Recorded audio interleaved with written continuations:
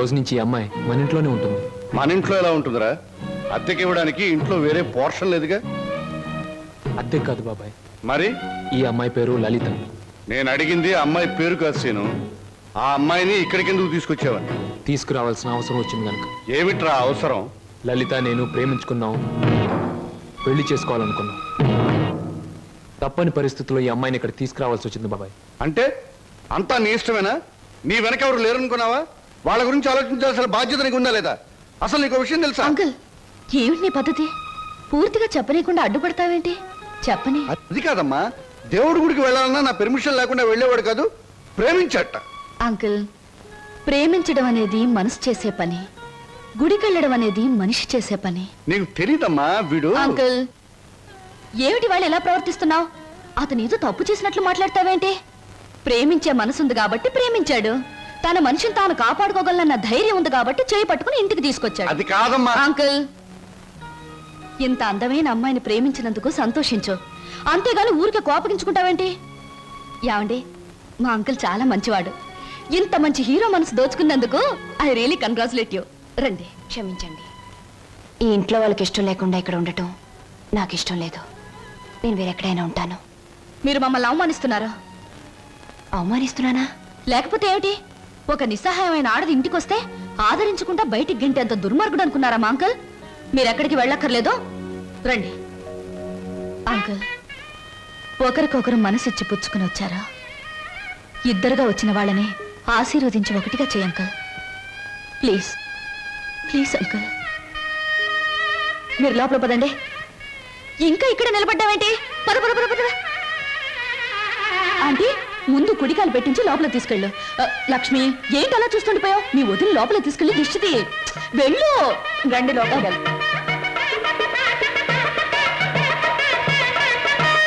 ఏమిటమ్మా, ఏమిటి నువ్వు చేసింది? ఇప్పటికైనా చేయి దాటిపోలేదు. వాడికి నిజం చెప్పే, లేకపోతే నేను చెప్తాను. వద్దంకల్, ముందుగానే స్టేషన్కి వెళ్ళుంటే అక్కడే నిజం చెప్పేదాన్నేమో. ఇప్పుడు బావ పక్కన అమ్మాయిని చూసి కూడా నిజం చెప్పడం వాళ్ళని విడతీయడానికేగా అంకుల్. అమ్మా. అంకుల్, కృష్ణాష్టమి రోజున మన ఇంట్లో మంచి జరుగుతుందని నువ్వే కదా నాతో చెప్పావు. నాకు మంచి జరుగుతుందని నువ్వు అనుకున్నావు, బావకు మంచి జరుగుతుందని నేను అనుకున్నాను.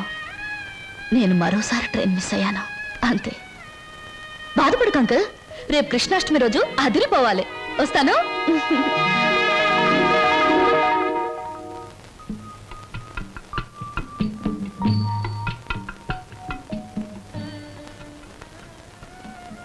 నిజంగా? అవును, చాలాసేపు ఎదురు చూసాం.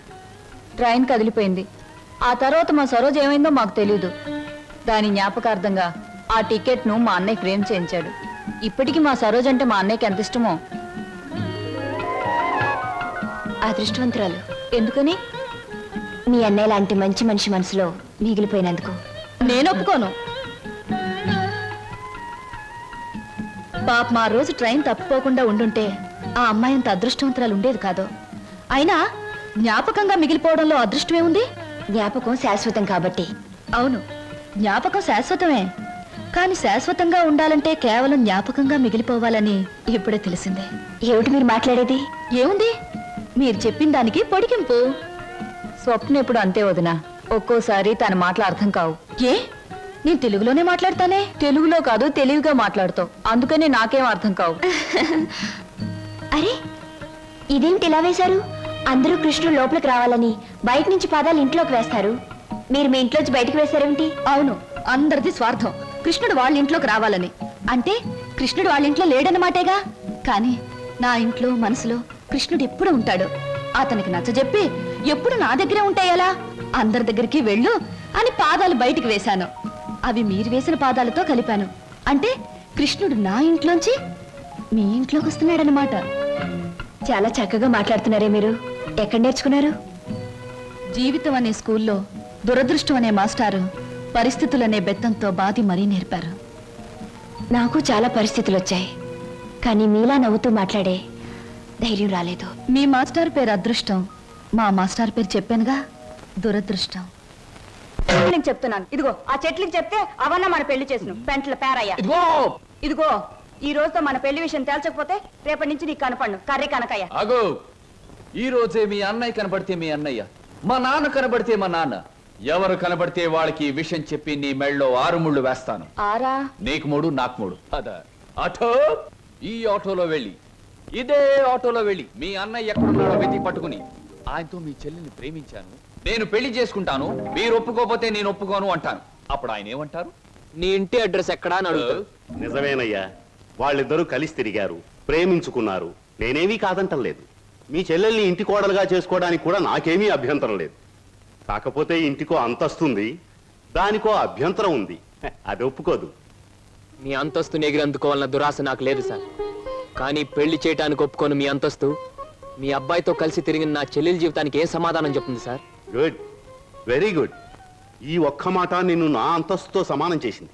You are correct. అంతేకాదు సార్, మానవత్వం మంచితనమే అంతస్తు అయితే నాకు చాలా గొప్ప అంతస్తుంది సార్. తన యజమాని కోసం ప్రాణాలు అర్పించిన గొప్పవాడు నా తండ్రి. అవును సార్, భూమి తగాదాల్లో యజమాన్ని కాపాడడం కోసం మా నాన్న చనిపోకుండా ఉంటే నా చెల్లెలు పెళ్లి విషయం మాట్లాడడానికి మా నాన్నే వచ్చేవాడు. ఇంతకీ మీ దేవురు? రామాపురం సార్. మీ అమ్మ నాన్న పేరేమిటి? మా నాన్న పేరు రామయ్య, మా అమ్మ పేరు జానకమ్మ. నువ్వు రామయ్య కొడుకువా? అవునండి. మా నాన్న మీకు తెలుసా సార్? తెలుసు. ఆనాడు మీ నాన్న తన ప్రాణాలనిచ్చి రక్షించింది ఎవరినో కాదు, నన్నే. మీరు శ్రీధర్రావు గారా? అవును బాబు. అవును, మీ మావయ్య నువ్వేదో ఇంజనీరింగ్ చదువుతున్నావన్నాడు. ఈ ఆటో, ఈ డ్రెస్సు అంత అబద్ధం సార్. మీ దగ్గర నుంచి డబ్బు తీసుకొని మమ్మల్ని అమ్మబోయాడు. మేము భయపడి పట్నం పారిపోయి వచ్చేసాం. మిమ్మల్ని చదివిస్తున్నా నా నాగయ్య ఇప్పటికీ నా దగ్గర డబ్బు తీసుకెడుతూనే ఉన్నాడు. ఏమిటి, ఇంకా వస్తున్నాడా? All right. ఇటువంటి సంతోష సమయంలో వాడి పేరెందుకు తలుచుకోవటం? బాబు, ఆనాడు మీ నాన్న నా కోసం చిందించిన రక్తానికి బదులు ఎలా తీర్చుకోవాలా అని ఈనాడు నాకు అర్థం కాలేదు. ఇప్పుడు అర్థమైంది. ఆ రక్తానికి బదులు నీ రక్తపాశాన్ని మా ఇంటి కోడలుగా చేసుకుంటాను. Thank you sir, thank you very much. విన్నావా వదిన? మా మావయ్య చిన్నప్పుడు మమ్మల్ని నానా బాధలు పెట్టి మమ్మల్ని అమ్మటానికి చూసిందే కాకుండా వాళ్ళ దగ్గర మమ్మల్ని ఇంకా చదివిస్తున్నానని చెప్పి డబ్బులు గుంజుతున్నాడట. ఎంత దుర్మార్గుడో. మా బావని మీ మావయ్యని దుర్మార్గులంటే సరిపోదు లక్ష్మి. ఏదైనా కొత్త పేరు పెట్టి పిలవాలి. ఇప్పుడు గాని సరోజ ఉండి దానికి ఈ విషయం తెలుసుంటే ఎంత బాధపడుండేదో తెలుసా? మోజు పడ్డదాన్ని ఇంట్లో పెట్టుకున్నాడు, ఇష్టపడ్డదాన్ని ఇంట్లోనే ఇంకో పక్కన ఉంచుకున్నాడు. నారీ నారీ నడుమ మురారీలాగా వాడు చెరువు పక్కన వైప్ చేస్తుంటే నా గుండె రగిలిపోతుంది. ఏమిట్రా ఇంగ్లీషులో మాట్లాడుతున్నా? ఇంకెవరు? ఎగిరిపోయిన లకుమికి బిడ్డ వచ్చింది. కమీన్, లోపలికి రావచ్చా అని స్త్రీలు అడగకూడదు, డైరెక్ట్ గా వచ్చేయడమే. నా తలుపులు స్త్రీల కోసం ఎప్పుడూ తెరిచి ఉంటాయి. Thank you. నాకు చిన్న సహాయం కావాలి. సాయమా? నిశాచరా, చెప్పండి. నాకు కొంచెం డబ్బు కావాలి. ఓ, కొంచెం ఏమిటి, ఎంతైనా ఇస్తాను. వేలు, లక్షలు, కోట్లు. నాకు లక్షలు కోట్లు అక్కర్లేదు. ఓ 50,000 చాలు. 50? అవమానం, తీరని అవమానం. నాకు లక్షలు కోట్లు ఇవ్వడమే తప్ప వేలు ఇవ్వను. ఓ చిన్న రిక్వెస్ట్. నేను ఇక్కడ ఉద్యోగం మానేసి వెళ్ళిపోయాను. మీరు తిరిగి ఆ ఉద్యోగం నాకు ఇచ్చి ఈ 50,000 అప్పు తీర్చుకునే అవకాశం ఇస్తేనే నేను తీసుకుంటాను. ఇదిగో 50,000. దీనికంటే ఎక్కువ 10 రెట్లు ఇస్తాను. నీ ఇష్టం వచ్చిన పద్ధతిలో, నీ ఇష్టం వచ్చిన పద్ధతిలో తీర్చుకో. తీసుకో. ఈ డబ్బు నా పద్ధతిలోనే తీరుస్తాను. హాయ్, ఏమిటి నిరీక్షణ? ఎవరి కోసం? అమ్మయ్యా, వచ్చేసారా? టైంకి రాడేమో అనుకున్నాను. పదండి పదండి. ఏమిటి కంగారు? ఎక్కడికి? పదండి పదండి. రాజ్ కమల్ టాకీస్ లో లవ్ స్టోరీ సినిమాకి టికెట్లు తెప్పించారు. అత్తగారు అందరూ వెళ్ళిపోయారు. మీరు రాగానే మీతో పాటు వచ్చేసేమన్నారు. ఇవిగో టికెట్లు. అలాగా, పద పద. ఇంట్లో ఎవ్వరూ లేరు. పైన వెన్నెల, పక్కన నువ్వు. పిచ్చిదానా? కమీన్. ఎవరమ్మా నువ్వు? నేను మీ దగ్గరికి వస్తాడే నాగయ్యని, అతని కూతుర్ని. నువ్వు నాగయ్య కూతురువా? చిన్నప్పుడే నువ్వు? అవునండి. అయిన వాళ్ళకు చిన్నప్పుడే దూరం అయ్యాను. తండ్రి బ్రతికున్నాడని తెలిసేసరికి నేను అతని కూతుర్నని చెప్పుకోవడానికి సిగ్గుపడే స్థితిలో ఉన్నాను. ఏమిటమ్మా అది? కొంచెం అర్థమయ్యేలా చెప్పు. డబ్బా? ఎందుకమ్మా? సార్, మీరు మా బావకి అతని చెల్లెలకి చిన్నప్పటి నుంచి సహాయం చేసే దృష్టితోనే డబ్బిచ్చారా? కానీ మా నాన్న ఆ డబ్బు తనే తినేసి వాళ్ళ నమ్మకానికి పెట్టేస్తే వాళ్ళు తప్పించుకుని పట్నం పారిపోయారు. ఇప్పటికీ మా నాన్న వాళ్ళ పేరు చెప్పి మీ దగ్గర డబ్బు తీసుకుంటున్నట్టు నాకు మొన్నే తెలిసిందే. అందుకు తండ్రి చేసిన పాపాన్ని నువ్వు చెల్లించడానికి వచ్చావా? ఇది మీ తృప్తి కోసం ఇవ్వడం లేదండి, నా తృప్తి కోసం ఇస్తున్నాను. నా తండ్రి చేసిన పాపమే నన్ను వెంటాడింది. అందుకే ఈ జన్మలో నేను అనుకున్నది ఏదీ జరగలేదు. కనీసం ఈ పాపాన్ని ఇలా తుడిచేస్తే వచ్చే జన్మలో అయినా నేను అనుకున్నది జరుగుతుందేమో. అందుకే తీసుకోండి సార్, ప్లీజ్. సరే, ఇది నేను మీ నాన్నకిచ్చిన డబ్బుగా తీసుకోవటం లేదు. నీ అభిమానాన్ని నిలుపుకోవడానికి నువ్విచ్చిన డబ్బుగా తీసుకుంటున్నాను. నీకు ఈ విషయం తెలుసా? మీ బావ అతని చెల్లెలు ఈ ఊర్లోనే ఉంటున్నారు. తెలుసా? తెలుసా? చెప్పానుగా, నా వాళ్ళందరూ నా చుట్టూనే ఉన్నారు. కొందరు చెప్పుకోలేని స్థితిలో ఉన్నారు, కొందరు చెప్పకూడని స్థితిలో ఉన్నారు. నేను మా బావ ఉంటున్న ఇంట్లోనే ఉంటున్నానండి. మరి మీ బావకి నువ్వెవరో తెలీదా? నేనే చెప్పలేదు. ఏమ్మా? అతను నా బావని తెలిసేసరికి అతను ఇంకో అమ్మాయిని ప్రేమిస్తున్నాడని తెలిసింది.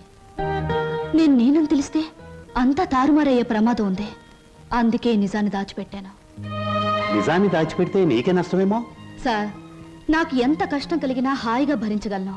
కానీ నా వల్ల ఇతరులకు కష్టం కలగడం ఒక్క క్షణం కూడా భరించలేను. అంతా సక్రమంగా జరిగాక నిజాన్ని నేనే చెప్తాను. అంతవరకు ఈ స్వప్నగానే ఉండిపోనివ్వండి. వస్తాను సార్.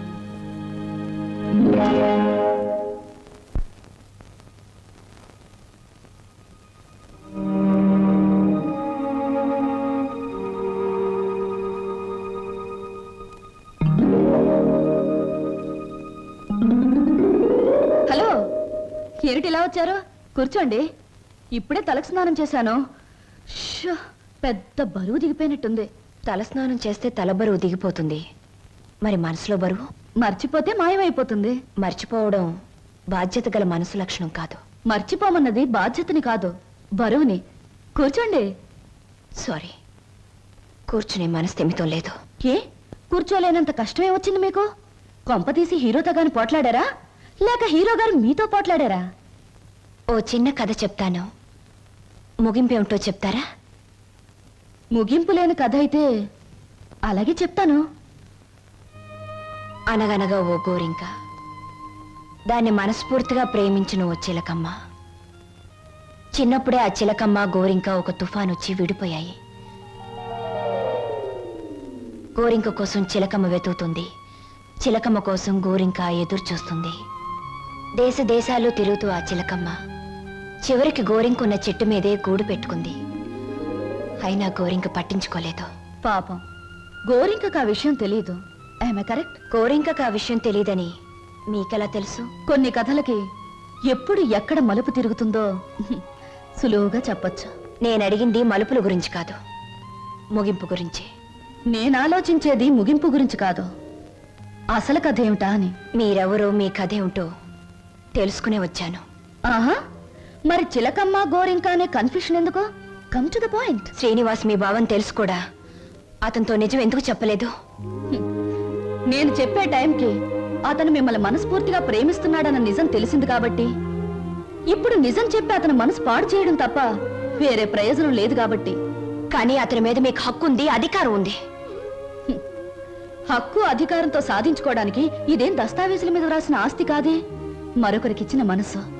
ప్రేమించడం అనేది రెండు మనసుల మధ్య, ఆ మనుషులకు కూడా తెలియకుండా జరిగిపోయే కళ్యాణం. ఈ కథకు ముగింపిదే. కాదు, వ్యక్తిత్వం అనే కలంలో మానవత్వం అనే సిరా పోసి ముగింపు ఇంకోలా నేను రాస్తాను. ఈ శుభలేఖ మీద నువ్వు రాసినట్టే ఇదే ముహూర్తానికి మీ ఇద్దరికీ పెళ్లి జరుగుతుంది. ఇదేమన్నా బొమ్మల పెళ్ళా? బొమ్మలు మార్చడానికి? అయినా నా మీద నిర్ణయం తీసుకునే హక్కు మీకెవరిచ్చారు? నేను ఒప్పుకోను. ఎవరు ఒప్పుకున్నా ఒప్పుకోకపోయినా ఈ కథకు నేను రాయబోయే ముగింపిదే. మీ ఇద్దరు పెళ్లి నేను జరిపిస్తాను. చిన్నప్పుడు చిరిగిపోయిన మీ జీవితాల్ని నా చేతులతోనే ఒకటి చేస్తాను. లలిత గారా, నేను చల్లని పాత టిక్కెట్ను గతం అనే ఫ్రేమ్లో నన్ను జ్ఞాపకంగానే ఉండిపోనివ్వండి. ఒకసారి నేను ట్రైన్ మిస్ అయ్యాను, మరొకరు ట్రైన్ మిస్ అవ్వడం నాకు ఇష్టం లేదు.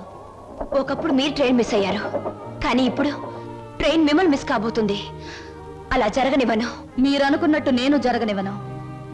నిండు మనసుతో చేసే పని తప్పకుండా జరుగుతుంది. నిండు మనసుతో కాదు, మనసు చంపుకుని చేస్తున్న పని. కాదు, మమతల్ని కలపడం కోసం చేస్తున్న పని. ఆ త్యాగం నాకు అక్కర్లేదు. ఇది త్యాగం కాదు, పరిష్కారం. నేను నవ్వడం కోసం మీరు ఏడవడమేనా పరిష్కారం? లలిత గారు, ఒకసారి చెప్పాను గుర్తుందా? జీవితం అనే స్కూల్లో దురదృష్టం అనే మాస్టారు పరిస్థితులనే బెత్తంతో కొట్టారని. కానీ ఇప్పుడు అదృష్టం అనే మాస్టారు తల వంచి తాళి కట్టించుకోమంటే తల వంచక తప్పదుగా. నేనెవ్వరికి తల వంచను.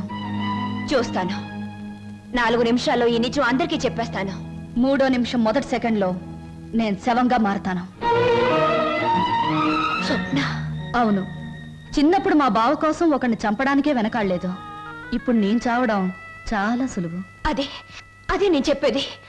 ఆయన కోసం ప్రాణాలు తీయగలిగేంత ధైర్యం, ప్రాణాలు పోగొట్టుకునేంత గొప్పతనం నీది. నా ప్రేమ కంటే నీ ఆరాధన చాలా గొప్పది. నీ ఆరాధన ముందు నా ప్రేమ చాలా చిన్నది. అనవసరంగా ఆవేశపడకు. Now the ball is in my court.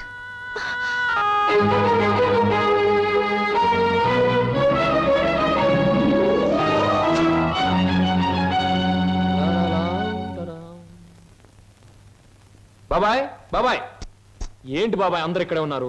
బట్టలు కూడా చెప్పేసి వచ్చాను. మీరంతా బట్టలు ఎప్పుడు తీసుకుంటారు? సెలక్షన్ అంతా లలితదే. ఏంటి అందరు అలా ఉన్నారు? లలిత ఎక్కడా? లలిత లలిత ఇక్కడ లేదురా. లేదా? ఎక్కడికి వెళ్ళింది? ఇంట్లోంచి వెళ్ళిపోయింది. వెళ్ళిపోయిందా? ఏం జరిగింది? ఎక్కడికి వెళ్ళింది? ఇక్కడేం జరగలేదురా. అయితే వెళ్ళిపోతే ఎందుకు కూరుకున్నారు? ఆపలేకపోయారా? ఆపడానికి ప్రయత్నించానురా. తనకి ఇక్కడ ఉండడం ఇష్టం లేదని మాత్రం సమాధానం చెప్పింది. ఎందుకు ఇష్టం లేదని అడిగే బాధ్యతే తప్ప ఆపగలిగే హక్కు మాకెవరికీ లేదు. నీ ఒక్కడికే ఉంది. తేల్చుకోవాల్సింది నువ్వు. ఎక్కడికి వెళ్ళింది? ఏమిటా నువ్వు మాట్లాడేది? నీకేమన్నా పిచ్చెక్కిందా? పీట్ల వరకు వచ్చిన పెళ్లిని కాదంటావా? అసలు కారణం ఏమిటో చెప్పవే. మీరిద్దరు ఏమన్నా గొడవ పడ్డారా? నేను వెళ్ళి అబ్బాయితో మాట్లాడతాను. ప్లీజ్ అక్క, నన్నేమి అడక్కు. ఇందులో ఎవరు తప్పు లేదో. ఇలా జరగాలి అంతే. అందుకే నిర్ణయం తీసుకున్నాను. అంతకంటే కారణం నన్నేమి అడగొద్దు. నేను అడుగుతున్నాను. మనిద్దరం విడిపోవటానికి కారణం నీకు తెలియాలి లేదా నాకు తెలియాలి. చెప్పు, ఏమిటా కారణం? కారణం తెలుసుకుని ఎవరూ చేయగలిగిందేమీ లేదు. ఇది కేవలం నా వ్యక్తిగత నిర్ణయం. వ్యక్తిగత నిర్ణయం అన్నంత మాత్రం నువ్వు తప్పించుకోలేవు. ఎవరో నీ మనసు చెడగొట్టుంటారు. చెప్పుడు మాటలు వినేటంత తెలుగు తక్కువ దాన్ని కాదు. అయితే నువ్వు నన్ను ప్రేమించావా లేదా? మరి పెళ్లి వద్దంటానికి కారణం నేనేమైనా తప్పు చేశానా? నువ్వు తప్పు చేయకూడదని నిర్ణయం తీసుకున్నాను. ఆహా, ఏమిటా తప్పు? నీ బాధ్యత నీ ముందే ఉంది. అది నెరవేర్చడానికి మన పెళ్లి అడ్డుగా ఉంది. అందుకు నా మనసు ఒప్పుకోలేదు. ఉడుపు కథ వేస్తున్నావా? జీవితం కథలా ఉన్నప్పుడు నాలాంటి వాళ్ళ జీవితం పొడుపు కథే అవుతుంది. లలిత, నా మీదేదో అనుమానంతో అలా చేస్తున్నావు అనుకుంటున్నాను. కాదు. మరి ఎందుకు వచ్చో చెప్పు. చెప్పు. దయచేసి నన్నెవరూ ఏమి అడగండి. ఎవరికి నేను సమాధానం చెప్పలేను. నా బాధలు, నా నిర్ణయాలు అన్ని నాలోనే ఉంచండి. ప్లీజ్ నన్ను ఇలా వదిలేయండి. ప్లీజ్. చూడు లలిత, నువ్వు ఏ నిర్ణయం తీసుకున్నావో ఎందుకు తీసుకున్నావో నాకు అనవసరం. ఎల్లుండి ఆఖరి ప్రోగ్రాంలోగా దానికి కారణం చెప్పాలి. అది నిజంగానే నాదే తప్పైతే నీ మార్గం నుంచి నేనే తప్పుకుంటాను. పొడుపు కథలాగే ఇంకా నిజాన్ని మిగిల్చావో నేను ఈడ్చికెళ్ళి ఆ పెళ్లి పేటల మీద నీ మెడలో 3 ముళ్ళు వేస్తాను. ఇది మాత్రం నిజం. Mind it.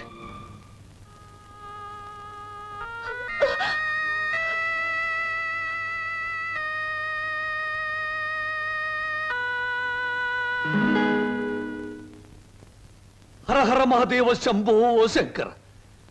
ఇది కళ నిజమా లేక వైష్ణవ మాయ? అరే, గిల్లితే తెలుస్తుంది. ఒరే వదరా. ఛీ, వీడి దగ్గర తాగుడు వాసనే వస్తుంది. నువ్వు కట్టుకున్న చీర రంగు కూడా తెలుస్తుంది.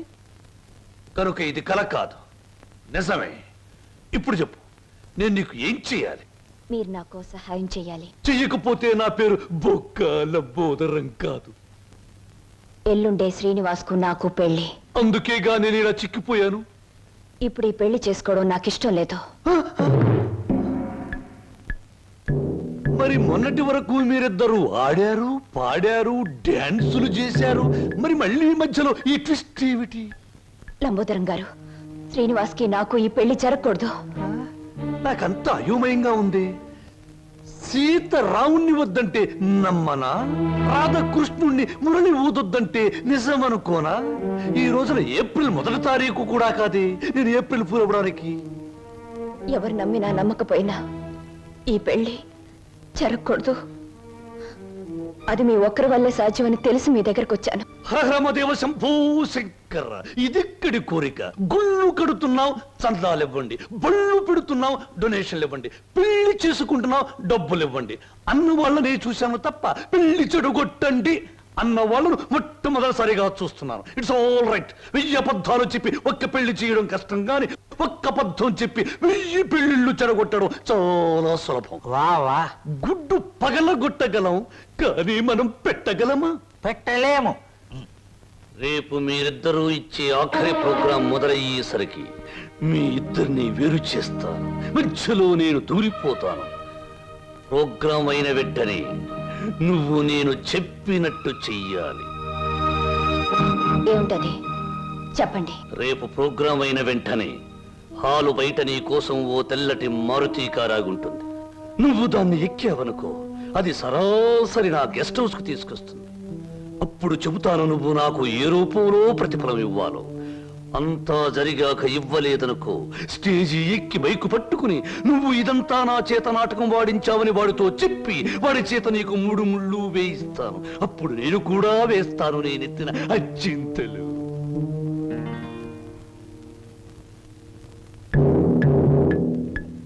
పడింది తుర్రు పిట్ట నా బుట్టలో తుర్రునా నిశాచరా. ఏం సమాచారా? ప్రోగ్రామ్స్ కరెక్ట్ గా చూడు.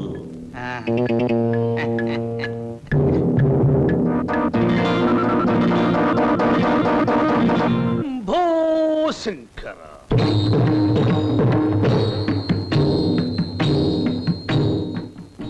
నేను జగమెరిగిన బ్రహ్మనుణ్ణి. జంజమెందుకు అని నన్ను గురించి నేను చెప్పుకోవడం లేదు. అయినా చిరంజీవి శ్రీనివాసుకి నేను తెలుసు, నాకు ఆయన తెలుసు అని మీ అందరికీ తెలుసు. కనుక నేను మీ అందరికీ తెలిసినట్టే. అది సరే, తమరు ఎందుకు అరుస్తున్నారో మాకు అర్థం కావటం లేదు. నాకు చాలా కాలానికి పెళ్ళవుతోంది. మొట్టమొదటిసారిగా ఈ శుభలేఖలు మీకివ్వాలని పనిగట్టుకుని వచ్చాను.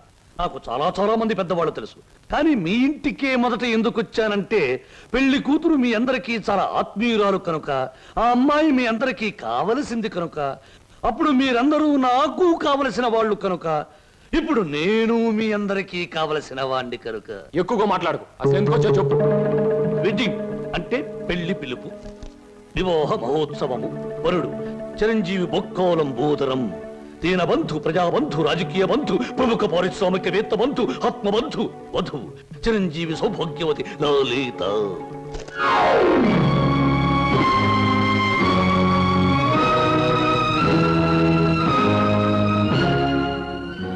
నీకు లలితకు పెళ్ళ?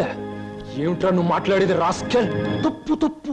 రాయబారుల్ని, చిన్న పిల్లల్ని శుభలేఖలు ఇవ్వడానికి వచ్చిన నాలాంటి బుద్ధిమంతుడైన పెళ్లి కొడుకుని దూషించకూడదని పెద్దలు నొక్కి వక్కాణించారు తెలుసా? ఈ పెళ్లికి లలిత ఒప్పుకుందా? తనే వచ్చి నీలాంటి అందగాడు ఈ తెలుగుదేశంలో లేడు అంది. ఎలిజబెత్ టైలర్ని పెళ్లి చేసుకుందాం అనుకున్నా నేను ఏదో కాంప్రమైజ్ ఈ అమ్మాయిని పెళ్లి చేసుకోబోతున్నాను. మా శుభలేఖలు అందుకుని సకుటుంబ సపరివారంగా విచ్చేసి వధూవులను, నూతన వధూవులను ఆశీర్వదించి మదర్పిత చంద్ర తంబూలాది సత్కారములు గీకుని మమ్మల్ని ఆనందింపజే ప్రార్థన. ఇట్లు బుక్కలంబోదరం బోలా శుభంబుయా.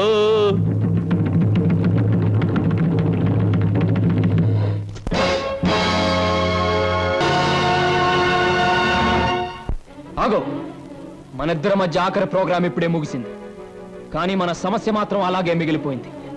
మనిద్దరం విడిపోవడానికి కారణం నువ్వు చెబితే తప్ప నువ్వు ఒక్కడుగు కూడా ముందుకు పెట్టడానికి వీల్లేదు. Come on, tell me. Seenu, నేనెవరికైనా సమాధానం చెప్పగలను, కానీ నీ ఎదురుగా నిలబడి సమాధానం చెప్పే శక్తి నాకు లేదు. సీను, పంప మునిగిందిరా. ఏంటి బాబాయ్? స్వప్న నీకేమైనా చెప్పిందా? లేదే. ఆ లంబోదరం గారి కారులో వెళ్తుందిరా. ఆ కారులో స్వప్న వెళ్ళిందా? అవును. నీకేమైనా చెప్పిందా? ఆ కారులో వెళ్ళాల్సింది స్వప్న కాదు, నేను. స్వప్న బలికి ఇవ్వడానికి వీల్లేదు. ఏమిటి సీను, స్వప్న ఎవరో కాదు, ఇన్నాళ్ళు నువ్వు ఎదురు చూస్తున్న నీ మరదలు సరోజ. మసారా ఆల్రెడీ సరుగు రెడీ. మాట మీద నిలబడే మనిషి అండి. అన్న మాట ప్రకారం వచ్చి కారెక్కింది, వర్ణ పొలాన్ని తీసుకొచ్చేసాను అంతే.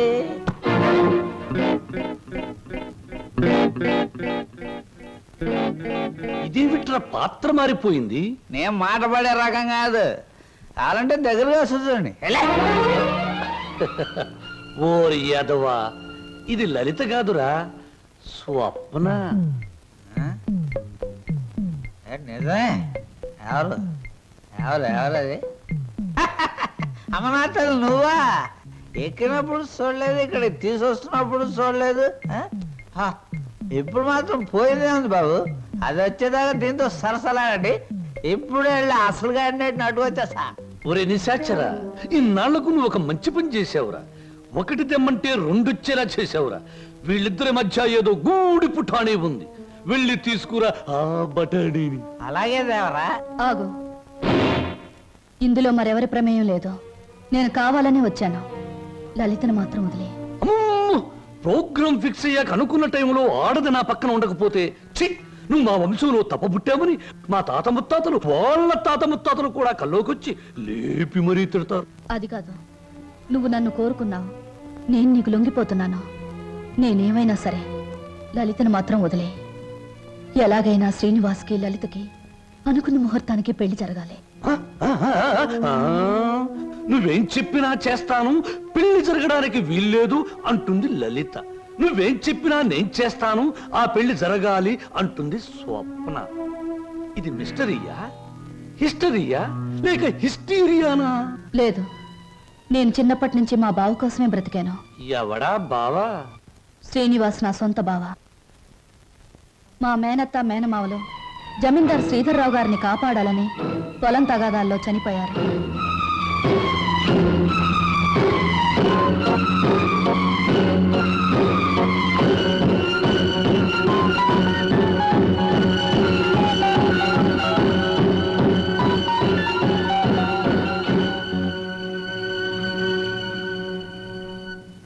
అమ్మా సరోజ.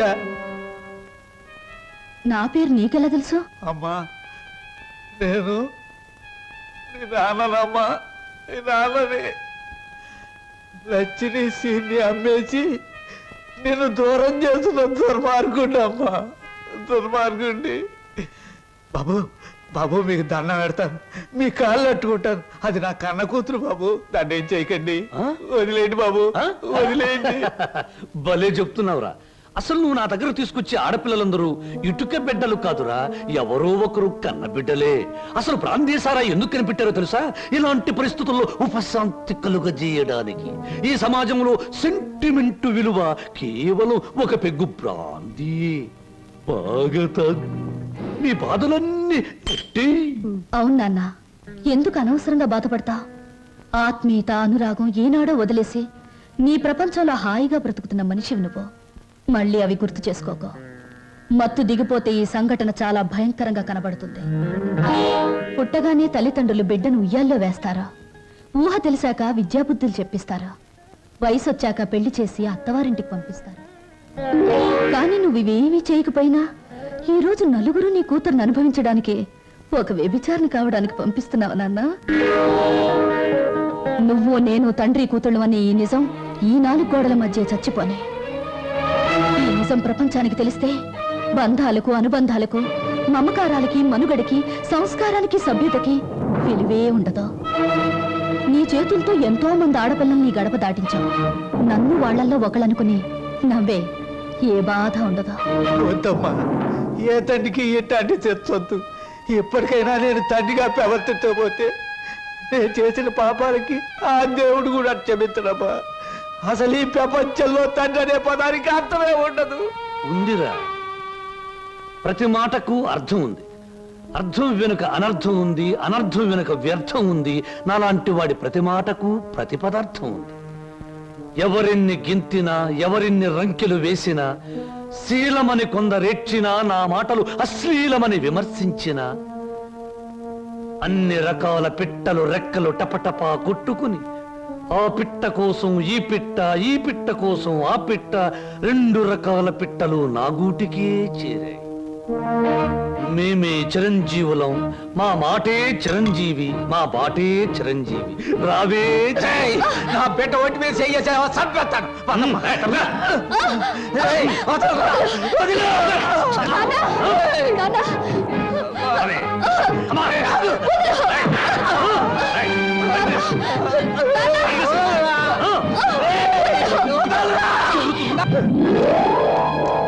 రే నా బిడ్డకు అన్యాయం చేయకురా. రే నా బిడ్డ బతు నాశనం చేయకురా.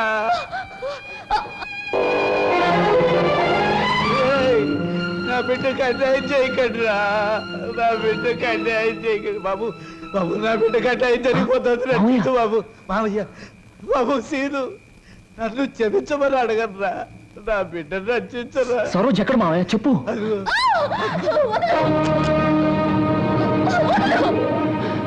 సరోజ దేవ శంభో శంకర. మీ హీరోలకి ఏమీ పని ఉండదా? అసలు పని అయ్యాక రావచ్చుగా. పానకంలో పుడకలాగా అడ్డుపడి రభస చేయడం ఇదేనా మీ పని? ఇంకేమో పని లేదా? రభస్ చేయటానికి కాదు, రక్తి కట్టించడానికి వచ్చాను. చూస్తావా? నేను నువ్వనుకున్నంత చవట దద్దమ్మన కాదురా. అంగబలంలో రారాజుని, ఆర్థిక బలంలో మహారాజుని. రే చవట దద్దమ్మలారా, వాణ్ణి చెరుకు పిప్పిలాగా పిప్పి పిప్పి చేసి పచ్చడి కింద బాగా దంచేయండి. దాని లోపలికి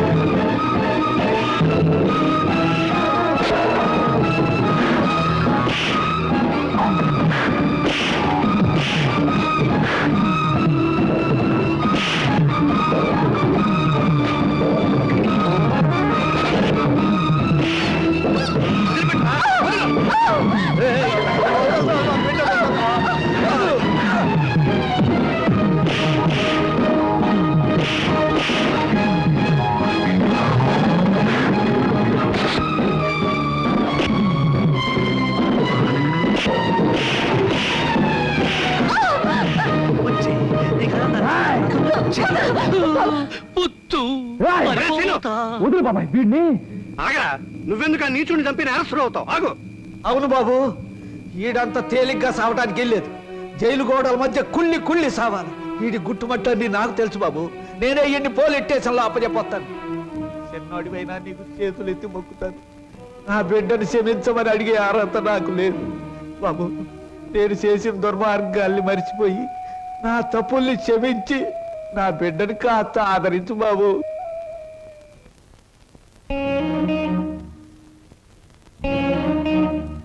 సరోజ, నా మాట వినకుండా మొండితనంగా వెళ్ళిపోవడం ఏం బాగోలేదు. ప్లీజ్ నా మాట విను, ఆగిపో. బావా తప్పు. బాటసారికి కొంతసేపే ఆశ్రయం ఇవ్వాలి గాని ఆగిపోమని చెప్పకూడదు. నేను నీకేమీ కానేగా వెళ్ళిపోతున్నావు. సిల్లి, బావకు ప్రాణమైన నువ్వు నాకు ప్రాణమే. బాధపడకో. ఏమయ్యా, రిక్షాలు తీసుకురండి. సరోజ,